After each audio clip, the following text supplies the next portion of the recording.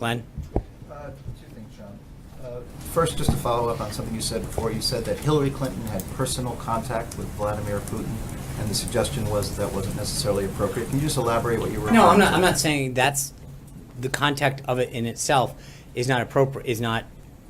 As a private citizen or as a? No. I think what I'm saying is that when you talk about connections to Russia, I think the only connection that anyone's made with President Trump is multiple years ago. He hosted a pageant there, and he's some of the, he owns condos around the world, and some of them were sold to some Russians, and I think he sold a house to one several years back. That's his connection. When you talk about the other side, you look at what the Obama administration's connections, where you have a Secretary of State that was selling a fifth of our country's uranium. You have a Clinton Foundation concern with some of the donations they got. You've got the former president, her husband, giving paid speeches, getting a personal call from Vladimir Putin. You've got a stated goal of their of that administration, of Secretary Clinton, to have a reset to, quote, strengthen Russia. So when you compare the two sides in terms of who's actually engaging with Russia, trying to strengthen them, trying to act with them, trying to interact with them, it is night and day between our actions and her actions, and yet no one questioned what she was doing or how she was handling it. And yet, her pattern of behavior is more suspicious than President Trump. I think that if you compare the two, it's definitely, when you talk about the stuff that went to their foundation, the concerns that existed around the sale of 1/5 of all the country's uranium, the paid speeches, the personal calls from Vladimir Putin, I think that when you want to look at a connection to Russia, there is a clear one there and much less of one that ever existed on this side. Trey. Sean, I just wanted one other thing.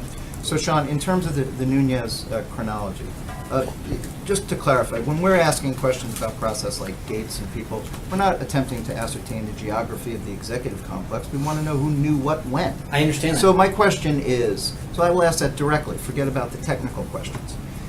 Mr. Nunes was on the campus. You say we don't know who let him in the gate, so right. Apparently it is, and you described, I believe, this is a normal process, right? Tell me if it is normal the way that I am describing it. Mr. Nunes, the head of an investigatory committee, is allowed to roam around the executive complex, we don't know who let him in, to speak to two deputy-level members of the National Security Council. He is then allowed to see information. He then obtains an appointment, from my understanding of the chronology, with the President of the United States to disgorge that information. He then goes public with that information. Then, 7 or so days later, you say it would be appropriate for everybody to come down here and look at it. Is that a normal process? Well, I would take issue with a number of the aspects of your chronology. Number one, which you're forgetting, is that initially he is the one that publicly said, well before any of this came to light in terms of the president's March 5th tweet, that he was just looking into this whole matter. He, according to John Roberts' his own reporting, just said that neither of those individuals, as described in your paper's reporting, are accurate. So I would dispute several of the pieces of that. And then as far as him roaming around the White House. No, I understand this, but you, again, you jump to a ton of conclusions about, and again, I love watching some of these shows where they jump to conclusions for all. Hold on. Several times prejudged the investigation is clearing the White House. You've said it twice at the podium today. Right. So we're what not I'm saying is, prejudging. because I'm focused on the substance of this, Glenn. I'm actually, right. And so where's any of the reporting been in your paper about Evelyn Faucus and her revelation that this is what they sought to do? Where has been the reporting in your paper that NBC News just recently covered, that other officials? You seem to be really focused on who showed up where and what door they went in and how it happened. To answer your question, yes, it's appropriate for a member of Congress to contact someone who has contacted him according to some of these reports.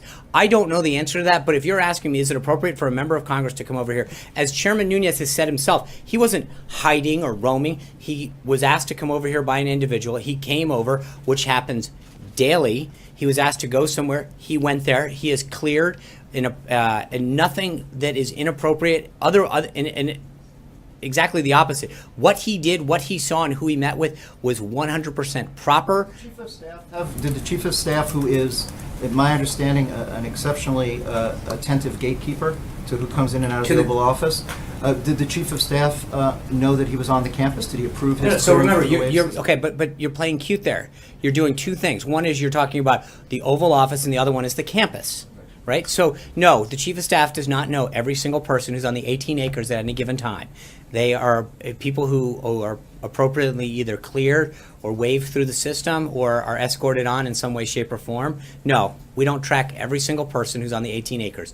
Do we know, generally speaking, who's in the Oval Office? Not all the time, because people can go in. But if there was a meeting, in that case, we all sat back here. He made the announcement, and again, you're leaving out a key part. He actually briefed the press before he told anyone.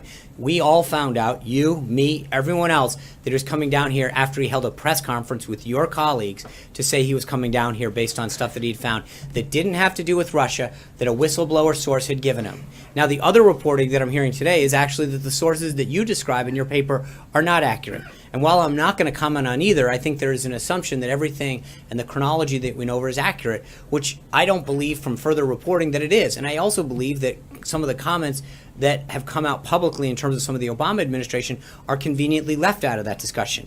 I think that that is interesting, how no one seems to really cover the fact that in a senior Obama administration with high-level clearances talked about the spreading of classified information for political purposes, and no one seems to care. But just to be clear, Mr. Priebus, Mr. Kushner, Mr. Bannon did not have knowledge of his being on the campus having this interaction with national security staff? I don't know. Again, you asked two questions and you melded them together. No one knew that he was coming to speak to the president. He announced that on television during a press conference. Sean?